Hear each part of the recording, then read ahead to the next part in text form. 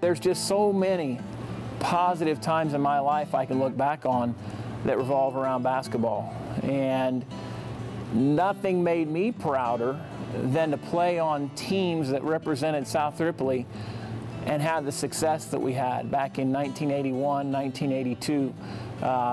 It was just great to see the way we were treated in the community after we won those tournaments and the way the community rallied around us.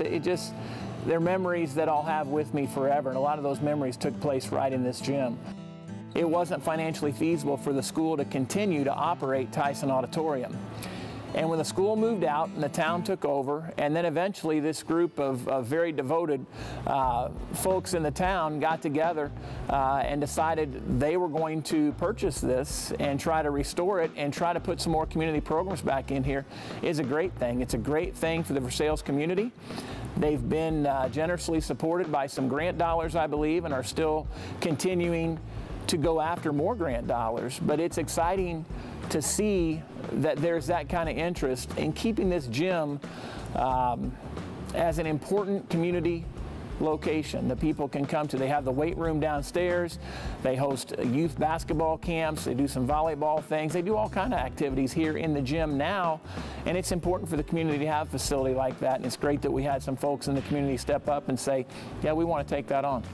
I know the schools that made up South Ripley had very strong independent identities. Of course, for sales, we've talked about it, and a small school in a small community like this, people came out to watch the ball games on Friday night, and they wanted to see, they knew the local kids, they knew the importance of the team to the community, and I know it was the same in Holton.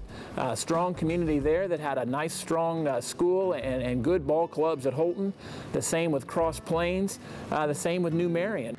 The school helps give the community identity, and it's just a neat thing to see the school community pull together, especially when the teams are winning, when they're making trips through the tournament. I know back in the 80s when we were winning the sectionals and regionals, our fan base was huge.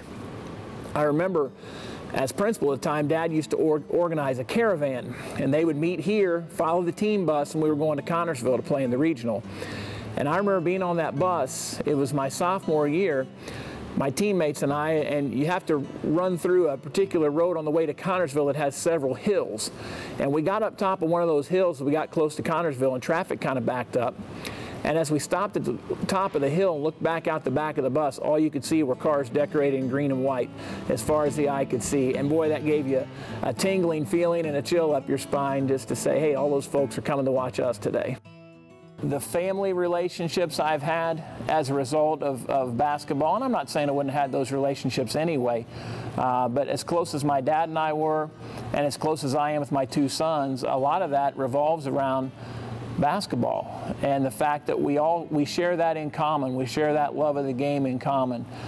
So I think my life would have been much different had basketball not been a part of it.